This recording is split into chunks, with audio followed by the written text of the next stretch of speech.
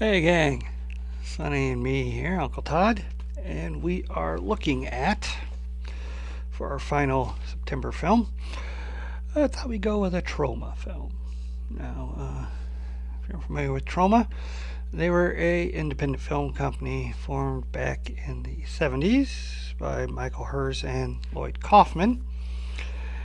And Kaufman had made a few films prior to forming Troma.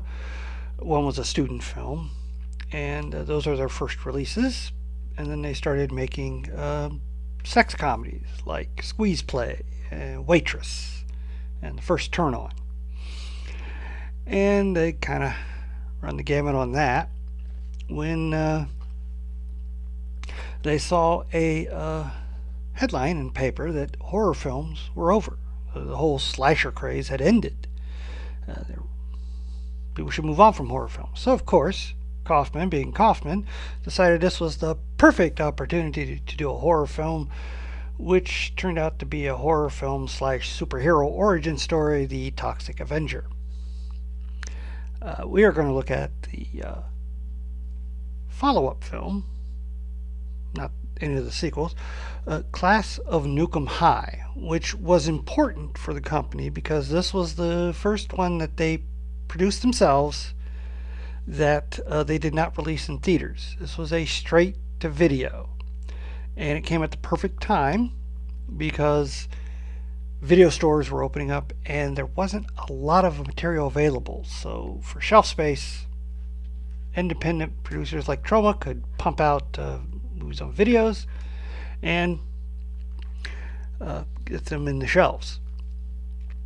Now, they did more than just produce their own films. They also released a lot of films that were pre-made. They would buy them, like cans and stuff. Low-budget films like Surf Nazis Must Die, Monster in the Closet, and things like that.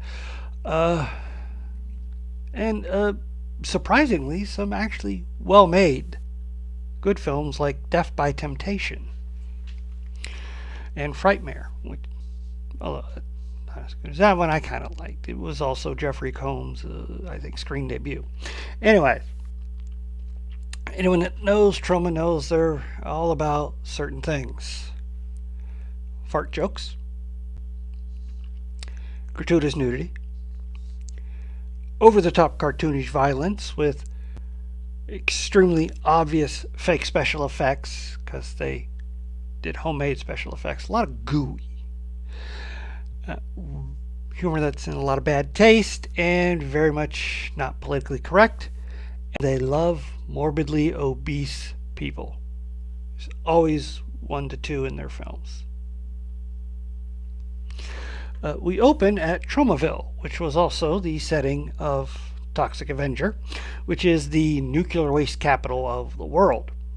It's in New Jersey, and that's where all the nuclear waste goes to be dumped. Now, the Tromaville High happens to be sitting next to a nuclear power plant, and safety's not a big concern there. And sometimes waste leaks into the ground, as well as into the school. And this happens, and a student drinks out of a water fountain and gets a splotch of wastewater along with it, starts to mutate, and jumps to his death, where this happens.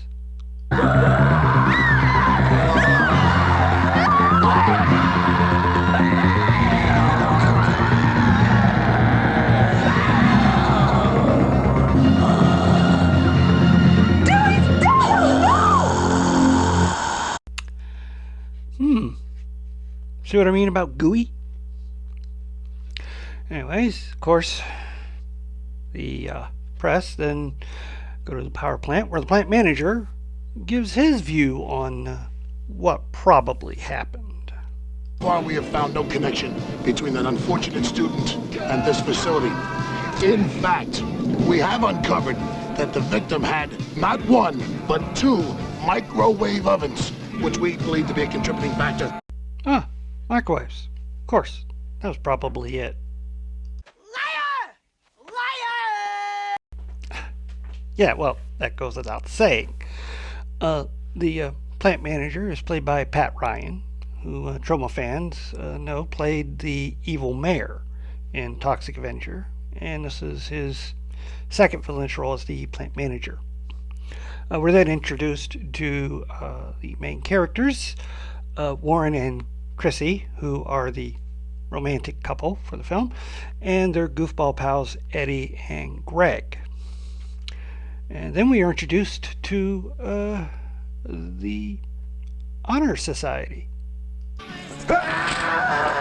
Remember those guys? They were the Honor Society. Now look at them.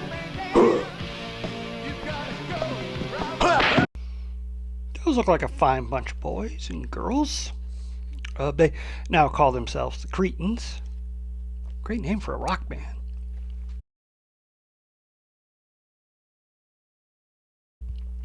Anyway, if you're wondering how they got this way, could be the nuclear waste seeping into the grounds, or it could be their sideline of growing marijuana in a certain spot.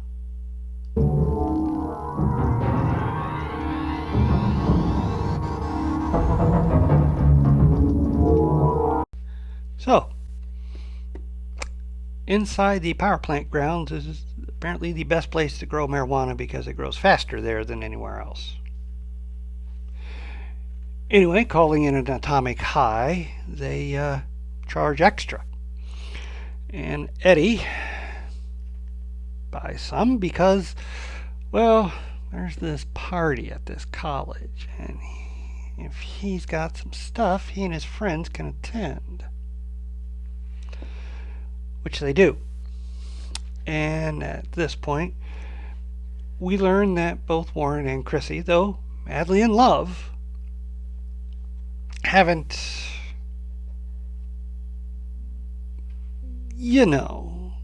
they're still... It's a virgin, stupid. Yes, thank you. So, Eddie lights up the atomic high and passes it around, and Warren and Chrissy are both peer pressured into sampling it while this band's playing called the Smithereens. What if everything happened with them?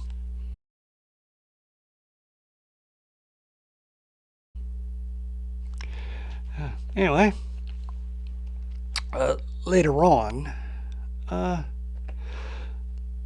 this chemical has seemed to have helped loosen things up, and Chrissy and Warren finally,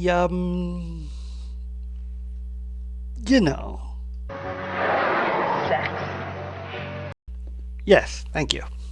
Now, Warren is a little bit of a dullard and doesn't quite get what Chrissy is talking about until she pops her top. It's a beach party. And then we get this bit of voyeurism. Yeah. Nothing like watching your best bud and his girlfriend right in front of you and you just watch. Comedic sidekicks. Anyway, that night after the party, we see the lovebirds go home. They're rather happy and content. And then some strange things happen while they're sleeping.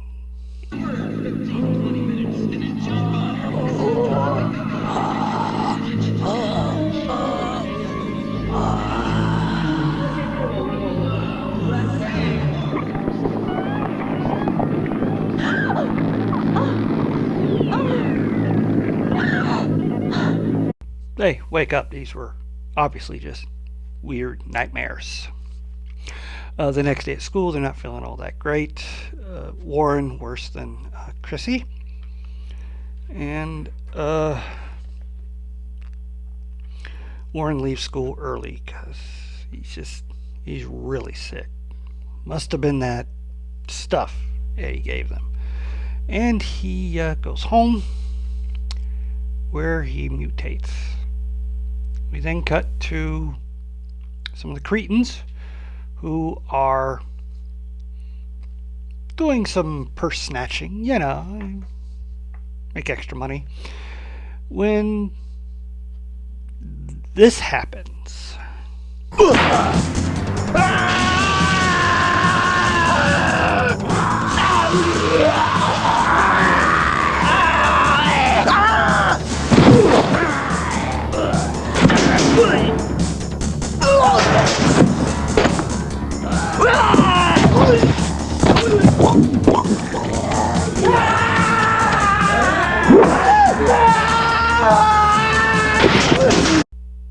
Actually, things were even worse than what I showed. One of them gets a pretty gnarly death. Anyway, the leader of the Cretans is knocked out, but he's the only one that survives. Meanwhile, at school, with practice, cheerleading, I think, Chrissy starts to feel some pretty bad effects from last night. And she has this happen.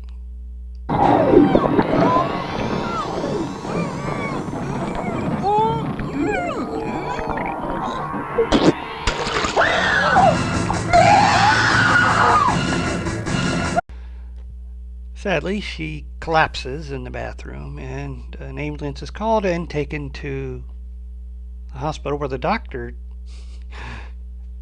says that she's had a miscarriage from being 9 months pregnant.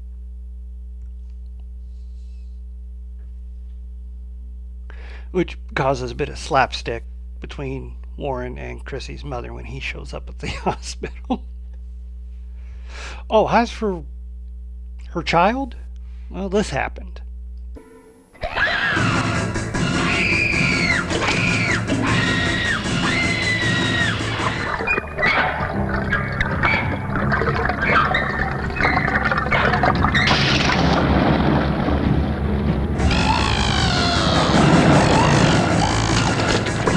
Oh, nice.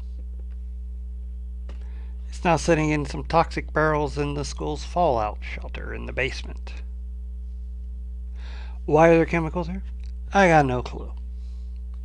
Anyway, the Cretans are doing their usual thing of harassing people for payment for the drugs they've sold them. And Warren, in his normal appearance, gets into a fight with the Cretan leader, and it gets interrupted by the assistant school principal, and school principal expels all the Cretans. But they'll bow their revenge.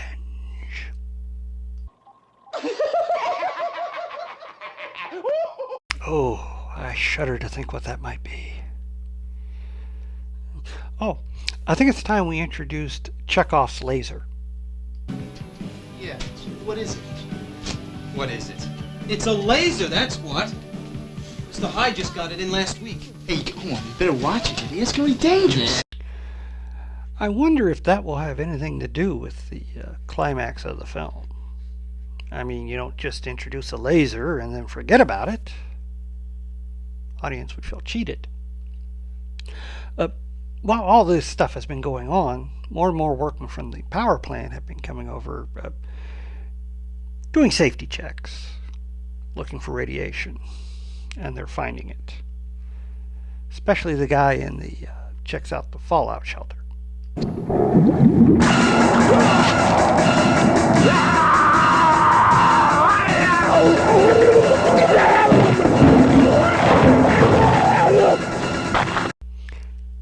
Ugh, gnarly. Well, a lot of radiation on the east wing. A lot of it. And when they go to report this, well, nobody seems concerned that there's now a man missing. But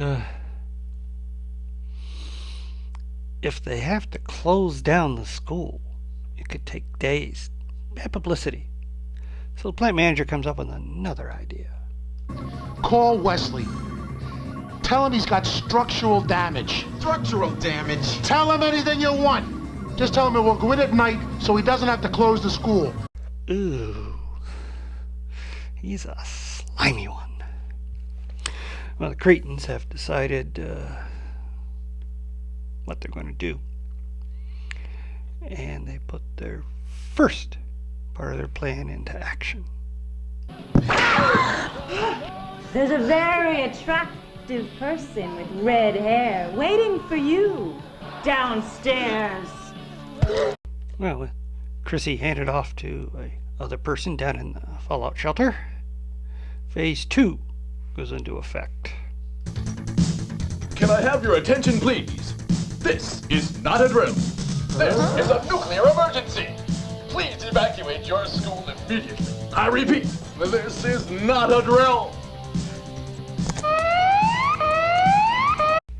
And for Phase 3, after the school has been evacuated, Warren is notified of where Chrissy's being held. Aroo! You used to be the science major. Care to perform a little minor surgery? Love to. Back off! Oh no, they're going to torture her in front of him. Those. You criminal! I would have gone with something stronger, but sure. We'll go with that one. What could possibly save Chrissy now? Warren would like to carve the turkey.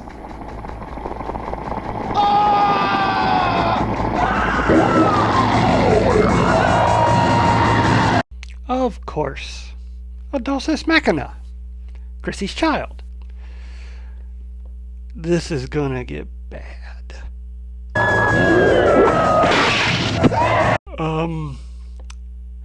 That was nastier than I expected. I'm sure that's the end of the really bad stuff, right?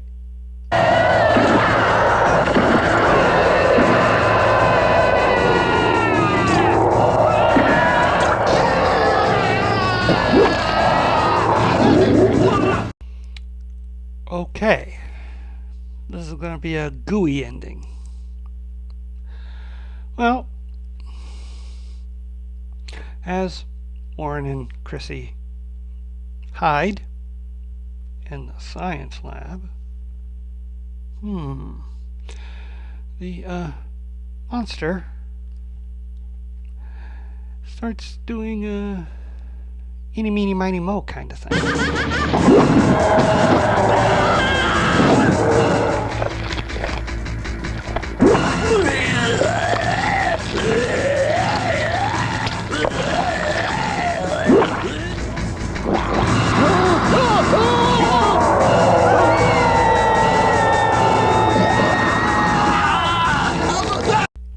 He is not messing around. Well, the Cretan leader, though badly wounded, has managed to track down Chrissy and Warren and plans to get rid of them before he goes.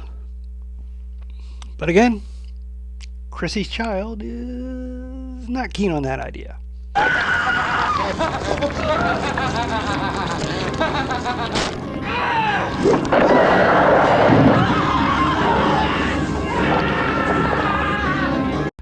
Well, now that that's taken care of, I'm sure Warren and Chrissy will reconcile with their offspring, maybe even try to tame it and bring it to some kind of civilized manner.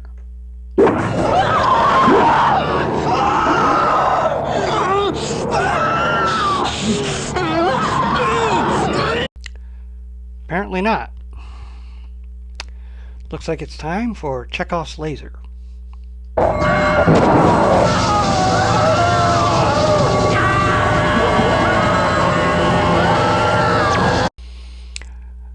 Well, now that that's over, Chrissy and Warren head for the exits while the plant manager showed up because alarm going off and He enters the school to show that there is nothing dangerous in the school.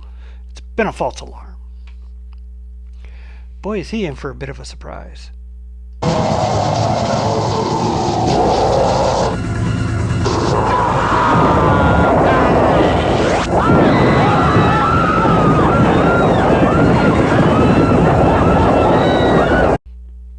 Pretty good explosion there. Bit of a fiery climax. Well, to wrap things up, we get two things that happen. There's warning Chrissy. Jeez, get a room. Sex. Yes, thank you. I think we all got that. Oh, and then there's Eddie and Greg with a little bit of their branded comedy. Hey, Greg! You think college is gonna be this wild or what? I hope so! Oh, but that's not the ending. This is.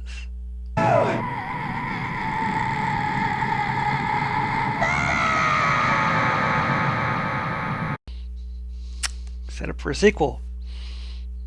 Although the sequels 2 and 3 had nothing to do with that. They were about subhumanoids, mad scientists they created. Anyway, it's a Troma film, so all Troma fans can agree on what the film is like. Stupid. No.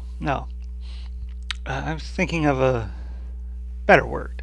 You're goofy. Yeah, goofy. And I think it's more apt for Troma. Not as much nudity in this film as would become more prevalent throughout the studio's run. It's also not quite as gory as the first Toxic Avenger or the subsequent Toxic Avenger films, where they get really crazy. But also really not connected with the next two sequels, but it's a little more serious, or as serious as Troma gets to be. Of course, it is full of juvenile jokes, especially from the sidekicks Eddie and Greg, most of which their humor comes up around the party, which features such great classic dumb humor like this. Let's give the girls a break and make our move. Whoa, yeah. Hey, baby, you want to go snorkeling?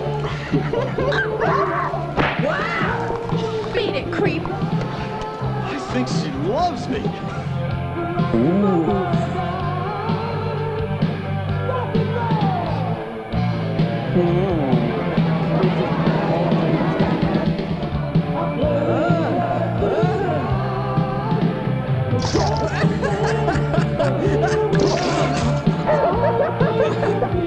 Yeah, pretty standard for the juvenile hijinks kind of humor you find in a Troma film. Ironically, much like in Toxic Avenger and the relationship with his love interest, the romantic leads are actually kind of sweet. I love you. I love you too. Yeah, you don't see that kind of thing between a couple in like 80s horror films, or especially not their teen sex comedies. And I do consider this one of their best films, along with Toxic Avenger. This was before they got a little too into leaning in more to the humor and slapstick and less of the serious style horror. More splatstick, like what Bad Taste was like, or Dead Alive, those films. I mean, you compare this to like the next Toxic Avenger movies, where they just the ridiculousness just kept getting multiplied, and then there's Romeo and Juliet, and, Although Sergeant Kabuki Man NYPD wasn't too bad, but it was very disjointed, trying to have like the superhero genre mixed with the more outlandishness and gross out humor and nudity of a Troma film. I believe the Japanese company that was helping him make it, they were wanting more along the lines of what was happening at that time, like Tim Burton's Batman and The Rocketeer from Disney, a little more oriented towards teenagers and kids, basically. But Kaufman is Kaufman. But yeah, these early Troma films, especially this and Toxic Avenger, really enjoy them. Maybe I'd throw Troma's War into that, although that had some real outrageous stuff in it. I'm not even going to go into what that film had. Although I do like the bit where someone gets punched and they spit out their teeth, and the teeth are like this big.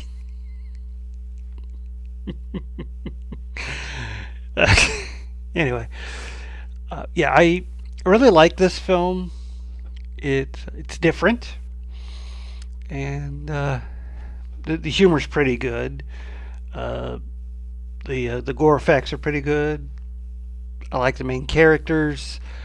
The villains are a little over the top, as was typical for even these early days of Troma.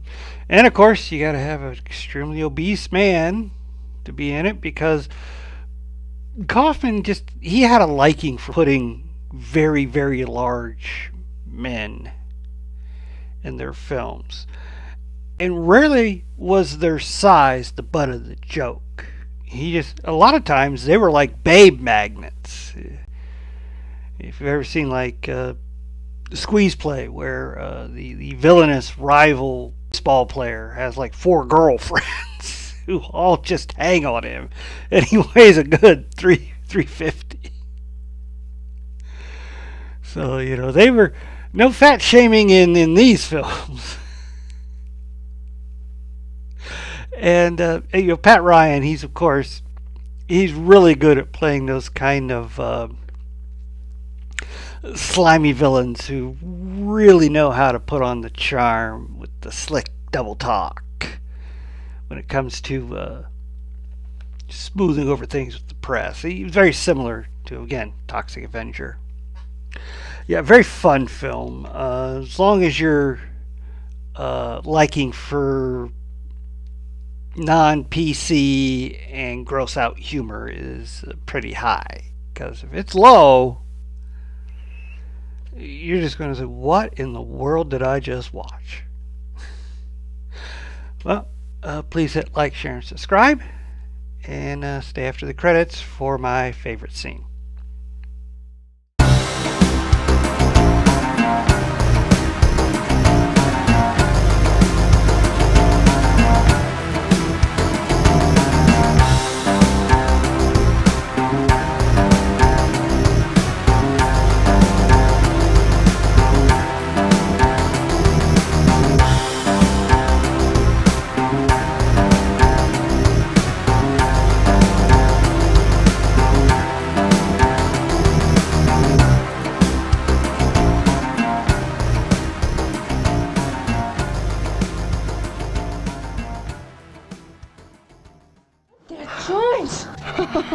I want that joint. You had a joint a long time ago. I put it out. Not with that joint.